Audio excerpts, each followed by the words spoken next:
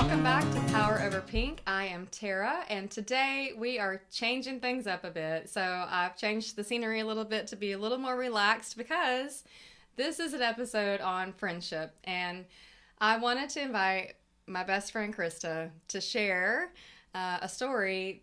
Our story is what I call it, because she loved on me so well when I was going through my treatments, and loved on my family and loved on my children. And I know that it's hard for the person going through cancer, but it's also hard for your tribe, your people, your circle. And a lot of times the fear of finding out someone you love has cancer stops us from moving and keeps us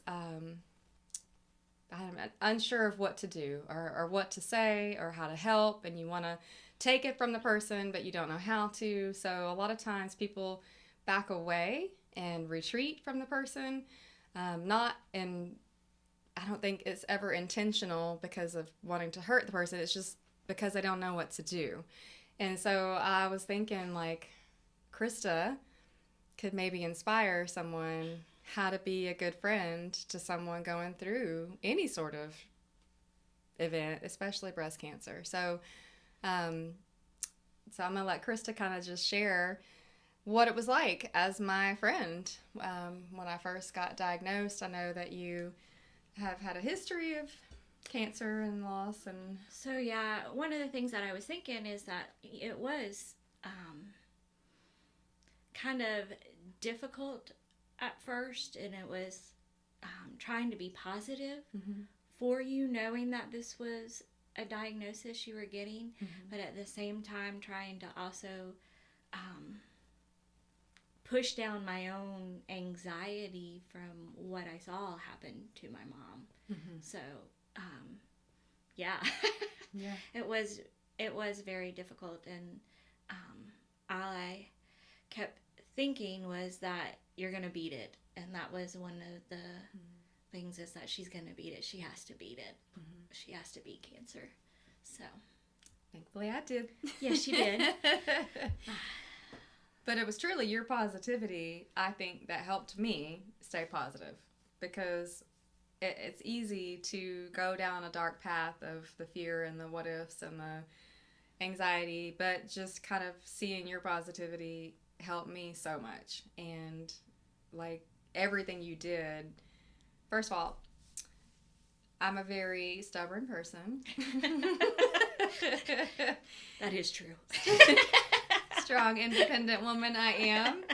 And receiving help is not something I do very well. I don't. I like to do things myself. I like to be in control. And for me, that was hard because I needed you to help. And like I remember, so Christa came to many appointments with me, and also would come to my house after every one of my chemos and just be there. I think my first chemo was unexpected from both of us. Yes, it was very unexpected. And also that first appointment, I think, was very unexpected. Yeah. Because you remember it was during COVID time, and so I had to pretend I was her sister. I was like, this is my sister. You remember that? Yeah. And as they were talking about all the testing, and then she looked at me and said, and you may have to be tested too. It's like, yeah, sure. Definitely needs to get tested. But I mean, it was overwhelming as a friend listening to all that stuff too, like all the negative, triple negative, the genetic stuff and what that was, that I couldn't imagine like how, which is why I took notes, because I thought, oh my gosh. Yeah. Are you going to remember what they were saying? And I was like, because I can't even keep track of what they're saying. Right. And so I just remembered writing notes, a bunch of notes. Yes. So thank God she did. So highly recommend every single appointment you go to, never go alone. There is somebody who will go with you. So Christa and my friend Wendy both did this for me, and they took notes because I have this superhero ability to hear what I want to hear and not what they're saying. And I did not know that I had this ability until I would read the notes or we would go back over what was said later. And I was like, that's not what I heard at all. Or I just check out because I'm thinking of my family and my children and the what ifs and the fear. And so I'm not even hearing anything that they're saying. And so I remember later in my diagnosis, it came to light that I had lobular features. And it wasn't until I went back and read your notes from that very first appointment that it did say lobular at the top. But from that point forward, it was never mentioned and not ever said again. But it was mentioned that first appointment, so it changes your diagnosis a little bit. But I mean, I don't remember ever hearing that word. So it's just amazing to me, like how your filter works, because I mean, cancer is terrifying, first of all, and you don't know your prognosis and you don't know the road map ahead, and you can't possibly know how much time is going to take from you. But then the doctors and their medical terminology and their matter of fact, basic standard protocol, to them it's basic standard protocol. To me, it's my whole world. So without you writing it down, like, I don't know that either one of us would remember anything out after the appointment.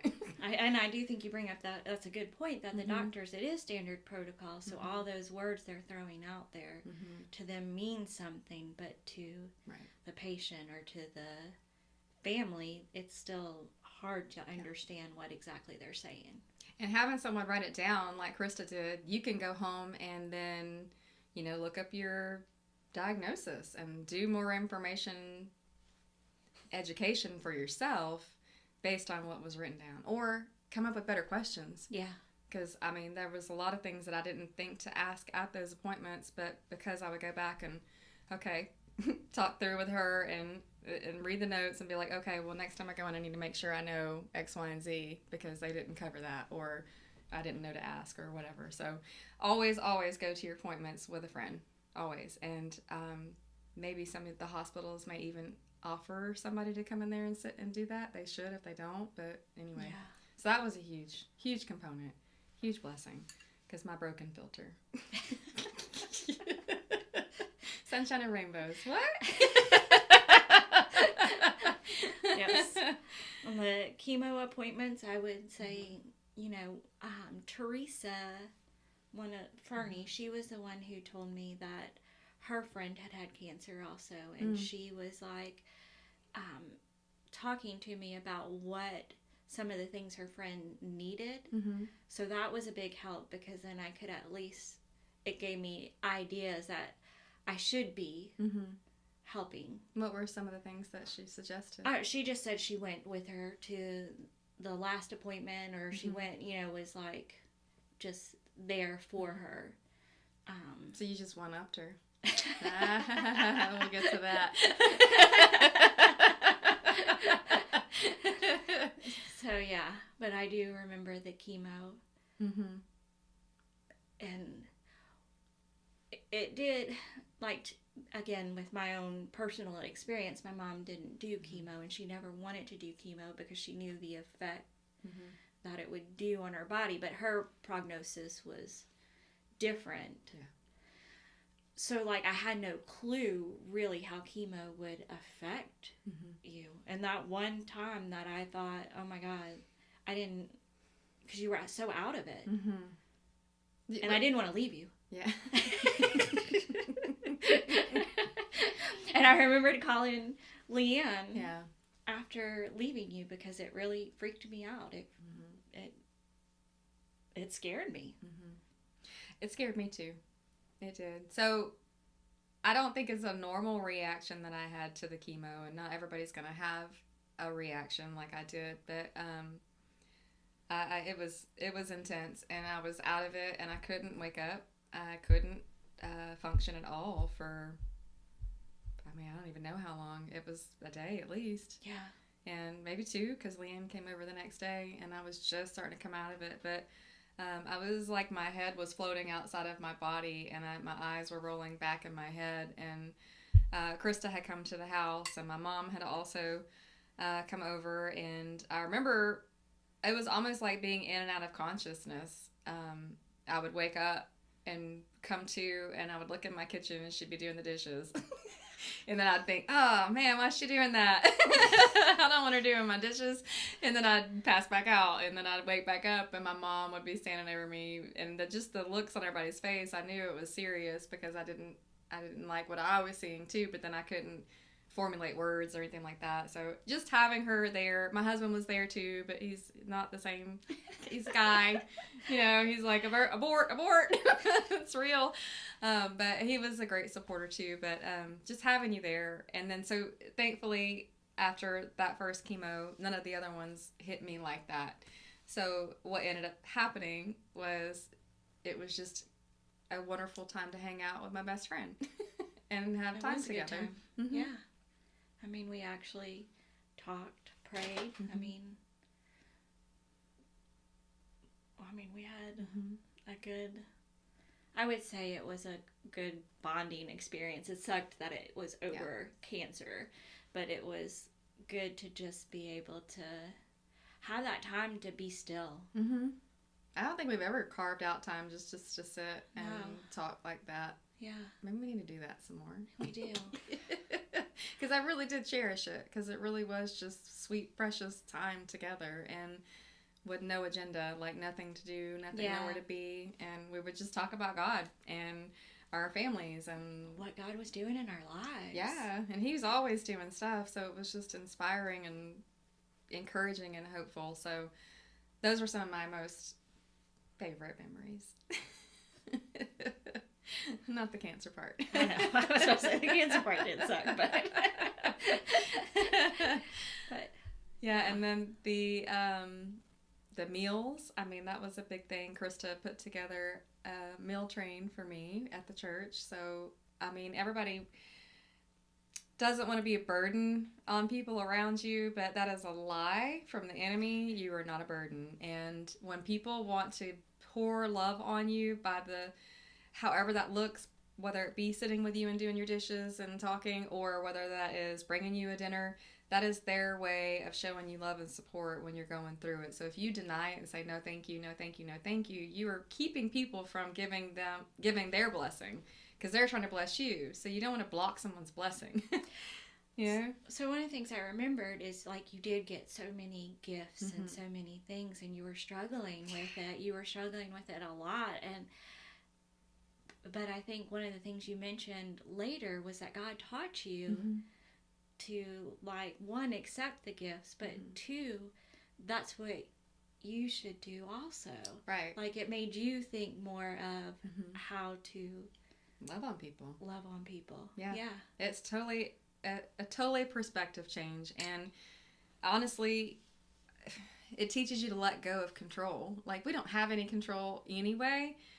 Like, we think we do. We mentally try to control things, but everything is out of our hands. And for whatever reason, well, I know why, but I won't go into that. But I had a wound over gifts. Like, I saw it as a burden. I saw it as I was gonna owe someone something if they gave me something, and just mental stuff that we make up in our heads, but it's not true. So once I finally let my barriers down and let people love me, I was asking God, like, why is this so hard for me? Why is this such a struggle? And the Sunday I really got serious about praying that prayer, God has a sense of humor, because I turned around and there were 5 people waiting in line to give me gifts. And I was like, what is happening? Why am I getting gifts? It's not my birthday. I don't even get gifts for my birthday. What is happening? But it was just, again, God healing me and using people to love on me in a terrible time. And of course, they don't know what else to do. So let them, and be thankful. And one day, if they ever need love from you, you know how to love on them. And so it's true. It totally changed because it's not my love language. Yeah. So to me now, I'm like, I can make room for that. I can make room for that love language. It was very true. Yeah. But so Christa also got people at church to pray for me. So there was lots of people who were doing, like, prayers for me, and really you facilitated a lot. You even tried to get my work to kind of do a meal train too, and yes, she I reached did. out. But the best thing Christa did Not the best. The top thing, I don't know. It was fantastic. So on the day that I got my last treatment, it was through COVID, and I really had hoped. I got this shirt, and I was wearing it, and I went to the infusion center, and I was like, I'm gonna ring a bell. I'm so done. And then nothing. They were like, okay, bye. And I was like, cool. So I had bought myself a little miniature bell, and I was like, yay, outside with my family. My kids came that day and my husband, but none of the staff did anything. And I was like kind of defeated, or I don't know. I was like, dang, I kind of feel like that should have been something. But then there's so many people still getting treatment inside, and really it's probably hard for them to hear people getting to ring the bell if they're fighting for their life. So I get the whole ins and outs of why, but I was like, dang, dude, that was okay. So then I was like, okay, but I'm done with the cancer treatments, except for I still had radiation ahead. But anyway, we get home, and there's this giant sign that said no mo chemo in my front yard. And I was like, oh my gosh, this is so great. And so I was taking pictures in front of the giant sign, the yard sign. And I was like, wow, what a great day. This is so great. And then I hear honking. Yes, tell me how you put this together. Girl, I don't even remember. It was all kind of like I remember it was during COVID time, so I was trying to think of something that we could do that was safe to keep a distance, because with the chemo you're immune compromised and all that stuff. So it was trying to come up with something that would be exciting and celebrate the end of this chemo, but at the same time safe. And I don't even remember how the parade came up, or how I thought of it, or how it. All I remembered was texting a bunch of people and asking them to join. And I did contact your work again also, and ask them if they wanted to join. And so everybody decorated their cars and dressed all in pink, so that way it would be a whole pink parade. A pink parade. And it was by far the best thing I've ever seen. Like, I cried, I laughed, and giggled and rang my own bell, and it was so fantastic. Like, I wasn't even sure how to react. And so, I mean, highly recommend a parade. And it really wasn't anything other than people getting in their car and driving past my house and hooping and hollering and, balloons and such. And I really wasn't sure how they were going to go through the little, because you lived on a dirt lane. road, and it was one lane. In the middle of nowhere. These people drove a very long way to come to my house to do this parade. It was Seriously, not close. Almost everybody drove close to 30 minutes. Yeah, it was not convenient. So it really extended the love factor by like 100. I don't know. It was just on top. I was on top of the world. I was so excited. I don't know, that somebody recognized how excited I was to be done and then celebrated with me. So even if it's not a parade, should be a parade though. It should be a parade. But even if it's not a parade, something to celebrate what they've accomplished and being done, because it really is. I mean, you're not really done, but to be done with the worst part, because chemo is just terrible. Yeah. It can be. I mean, some people go through it very easily, but I did not. So I was counting down the days, and so Christa just tied it up with a pretty pink bow, and again, it wasn't just me. I mean, it was a bunch of people. Yeah, it was. It was a bunch of people, and I think that, like, having a good community. Yeah, I couldn't have done it without a community. Because it took the community. Yeah. Like, to do it all and to put it together and to just do the meals. Like, if you didn't have the community, even me trying to do that meal train or whatever, then there would be not very many people to do that. Does that make sense? Yeah. So, community is important. And I definitely am so thankful for the community that I have, because honestly, life is hard, and we're not meant to go through it alone. And I am a person who likes to go deep and talk about things that matter and do hard things together. And Christa is right there with me every step of the way. And I think that when you are vulnerable and let people in and let your barriers down, then you get to grow together, and you get to go through hard things together like this. Because I mean, I know you didn't even hesitate, because you know me, and I would do the same for you. And so if you don't have that, join a community group, join a small group at a church, join a local YMCA class or exercise class. I know you're really big into CrossFit, and you have a community there as well as church. So if church is not for you, there's other ways to find groups of women to help encourage and empower you. And even at work, it's not the same.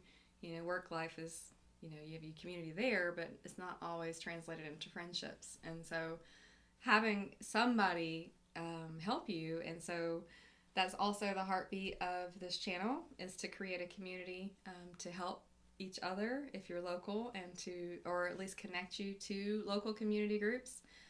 But you have to be willing to reach out and let people in. And I know for myself that was very hard, so I don't say that lightly by any stretch, because it can be hard. It can be very hard to let people love you, especially when you don't feel lovable.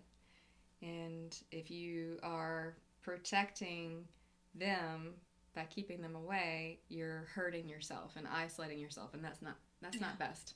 It's not best. So Christa, you have blessed me with your friendship for all these years, and you love me so well through all the cancer, and I will forever be so, so grateful for you. And I pray that everybody has a Christa in their life, because it makes it better. So thank you, Tara. Thank you for sharing. You very much. I love you too. Well, thank you for sharing your story, our story. And if you have any questions on any of that, just let us know. And thanks for watching another episode. Y'all take care. We'll do one again soon. Bye. Bye.